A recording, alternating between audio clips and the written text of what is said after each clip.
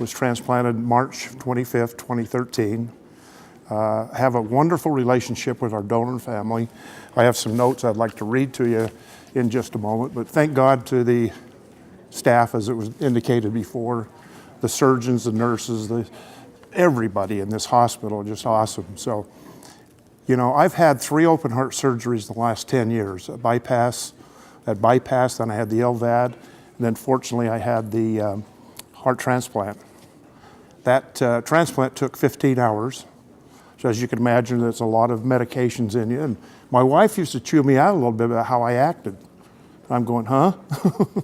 I don't know how I acted. Terrible, obviously. So now what I do is every time I go into one of the floors to visit, I ask them, were you here in 2013? If they say yeah, I say, I'm sorry. I don't know what else to tell them, you know, that's just what it is. But so the donor is a big, big deal. It's huge, obviously, and I want to share a letter, most of it anyway, that my donor sent to me, my donor's mother sent to me. He was 28-year-old, lived in Scottsdale, Arizona, and let me just read parts of this. I hope it's all going well with you. I've been thinking about you a lot lately, and I wanted to share something with you. She goes on to say that her son Ryan had these particular things going on, of which I believe are confidential, so I'm not going to really quote those, but it gets down to, in the hospital, Ryan's progress was not good, but I truly believe that God was going to perform a miracle. As the days passed, I never stopped believing, even though the doctors were telling me something different.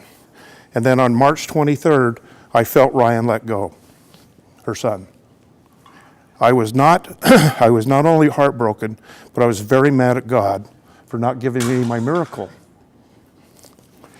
It has taken about 3.5 years to truly understand that God did perform a miracle. It wasn't my miracle, it was his miracle. And she says, that is you, John. So that's pretty nice stuff. I am so grateful to you. I was praying a couple of weeks ago, still angry with God, and I kept asking him why he took my son. God answered me clearly. Ryan was with him and is safe, meaning me. And I have no doubt that this is true, and I'm so comforted by that. It's a big deal. I mean, it's really a big deal. I said, I can't tell you how much we enjoy the pictures you've shared. I'm so hopeful that sometime I will be able to meet with you, your family, face to face. Well, that meeting occurred in St. George, Utah, about pretty close to a year ago. And we met down there in St. George, and she has another son, and he's going to get married on October 13th. So my wife and I are going to go down for that. They came up here for our 50th wedding anniversary, my wife and I, and visited with us. So we've been together for about 3 or 4 times now, and each time it's just unbelievable, you know, the happiness that both parties share. What a sacrifice. I mean, it's just unbelievable. And I was talking a little bit earlier to the other gentleman here, and you know, when you're faced with this kind of situation, you sometimes think, well, my gosh, you know, why would I do that? Well, we have to realize, as most of us do now, that if you didn't do it and you passed, what would you have done to your family?